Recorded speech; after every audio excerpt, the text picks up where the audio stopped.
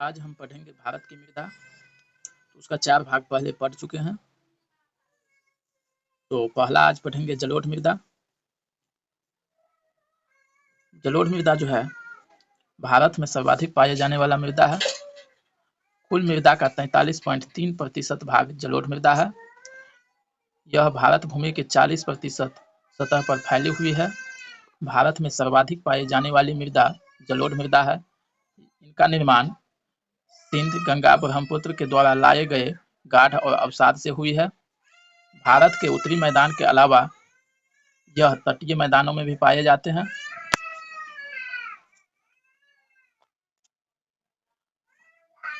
जलोढ़ मृदा को ही दोमट मृदा या कंकर मृदा कहते हैं।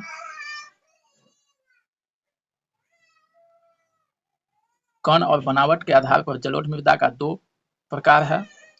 पहला है नवीन जलोढ़ मृदा, दूसरा पुरानी जलोढ़ मृदा। तो नवीन जलोढ़ मृदा को खादर मृदा कहते हैं। भारत का सबसे उपजाऊ मृदा नवीन जलोढ़ मृदा खादर मृदा है और पुरानी जलोढ़ मृदा को बांगर मृदा कहते हैं। तो इसका ही नाम अनेकों है, जैसे भाट मृदा, बाल सुंदरी मृदा, कंकर मृदा, केल्सरस मृदा आदि नामों से जाना जाता है बांगर मृदा।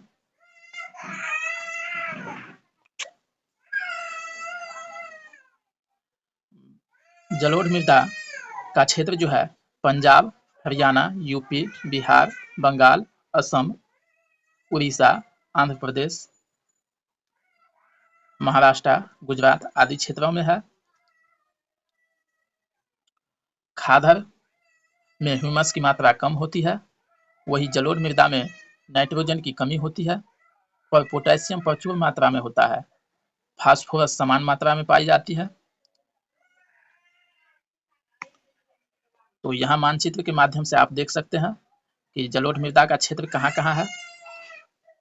जलोढ़ मृदा उत्तरी मैदानों में और डेल्टाई क्षेत्रों में, तटीय मैदानों में पाए जाते हैं, जो आप देख सकते हैं।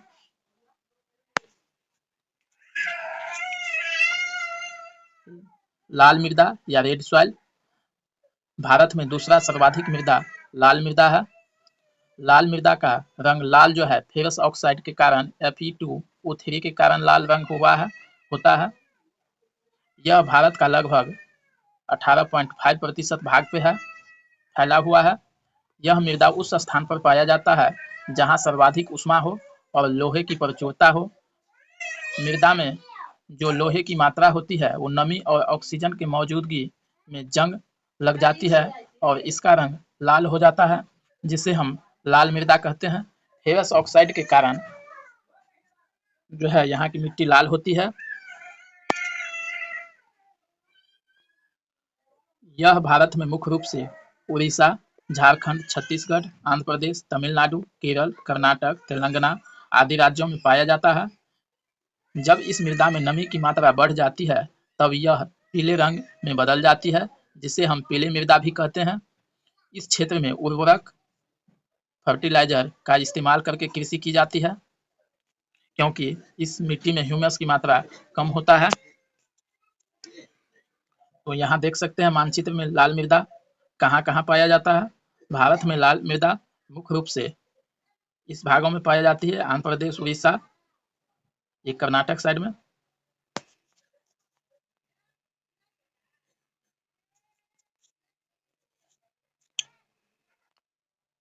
काली मृदा ब्लैक सॉइल, इस मृदा को काली मृदा, कपास मृदा या रेगुर मृदा के नाम से जानते हैं। कपास मृदा इसलिए कहा जाता है क्योंकि यहाँ मृदा में सर्वाधिक कपास उगाए जाते हैं। यह भारत की कुल मृदा का लगभग 15 से 18% भागों में पाया जाता है। यह भारत में तीसरी सर्वाधिक पाए जाने वाली मृदा है। यह मुख्य रूप से गुजरात, महाराष्ट्र, पश्चिम यूपी, एमपी, मध्य प्रदेश, कर्नाटक आदि राज्यों में पाई जाती है।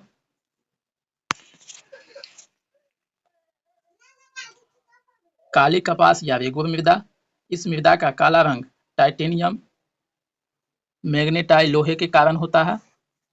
इसमें नमी धारण करने की क्षमता अधिक होती है, इसलिए यह गीला होकर बहुत ही चिपचिपा हो जाता है। वही दूसरी अधिक तापमान के कारण नमी सोखने पर यह मृदा बहुत ही शुष्क होकर बड़ी बड़ी दरारों का निर्माण करती है।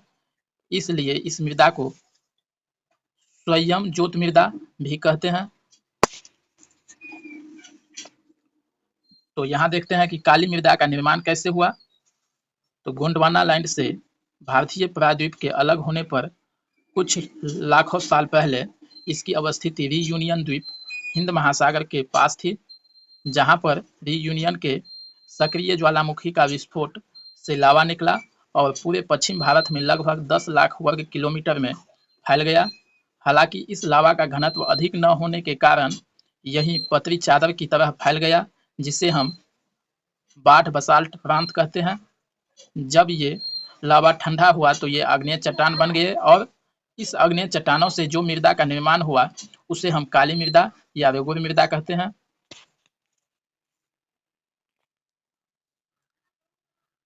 शुष्क मृदा या बलुआ मृदा, तो इसका भाग आप देख सकते हैं राजस्थान साइड में है, यहाँ